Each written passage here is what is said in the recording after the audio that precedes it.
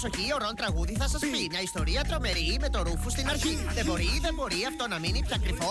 Η μέρα που εγνώρισα φίλο ποντικό. Ούτε γάτα ούτε σκυλί μπορούσε σπίτι μου να μπει. Ο μπαμπάς μου είχε πει ότι θα φρίκαρε πολύ. Μπαίνω στο δίκτυο λοιπόν να βρω ζωάκι φαλακρό. Είδα ένα πράγμα ροδαλό και τρόμαξα το ομολογώ. Ποιος είναι αυτός? Ποιος είναι αυτός? Ο τυφλοποντικάς ο καράφλος. Ποιος είναι αυτός? Ποιος είναι αυτός? Ο τυφλοποντικάς ο καράφλος. Ποιος είναι αυτός? Ποιος είναι αυτός? Ο τυφλοποντικάς ο καράφλος.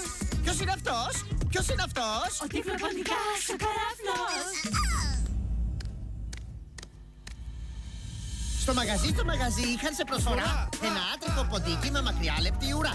Σκέφτηκα ίσως να είναι αυτή η καλύτερη λύση, γιατί έτσι ο μπαμπάκας μου δεν θα με βρίσει. Ξεκίνησα λοιπόν να πάω στο μαγαζί και φώναξα τα αφεντικό να μου ανοίξει το κλουβί. Μου είπε, κοίταξε φίλε, να τον προσέχεις. Μη φοβάσαι αγαπητέ μου, θα τον έχω στην τσέπη.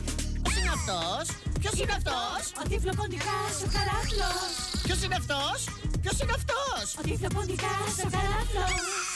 Ποιος είναι αυτός? Ποιος είναι αυτός? Ο τυφλοποντικάς ο καράφλος. Ποιος είναι αυτός?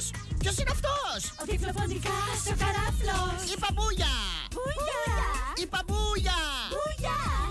Κοίταξε την κάμερα και πες μου ένα τσις.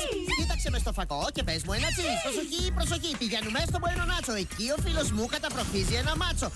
Δεν με πειράζει πάντοτε που εγώ κερνάω. Ο Ρούφος είναι φίλος μου, τον αγαπάω. Ο Ρούφος και ο Ρον θα είναι πάντοτε μαζί, αυτός και οι φίλοι τους η Κίμη δυνατή. Δεν φοβόμαστε στιγμή εγώ, ο Ρούφος και η Κίμη είμαστε ομάδα τρομερή και φοβερή. Ποιος είναι αυτός? Ποιος είναι αυτός? Ο τυφλοποντικάς ο καράφλος. Ποιος είναι αυτός? Ποιος είναι αυτός? Ο τυφλοποντικάς ο καράφλος. Ποιος είναι αυτός? Ποιος είναι αυτός? Ο τυφλοποντικάς ο καράφλος. Ποιος είναι αυτός? Ποιος είναι αυτός? Ο τυφλοποντικάς ο καράφλος.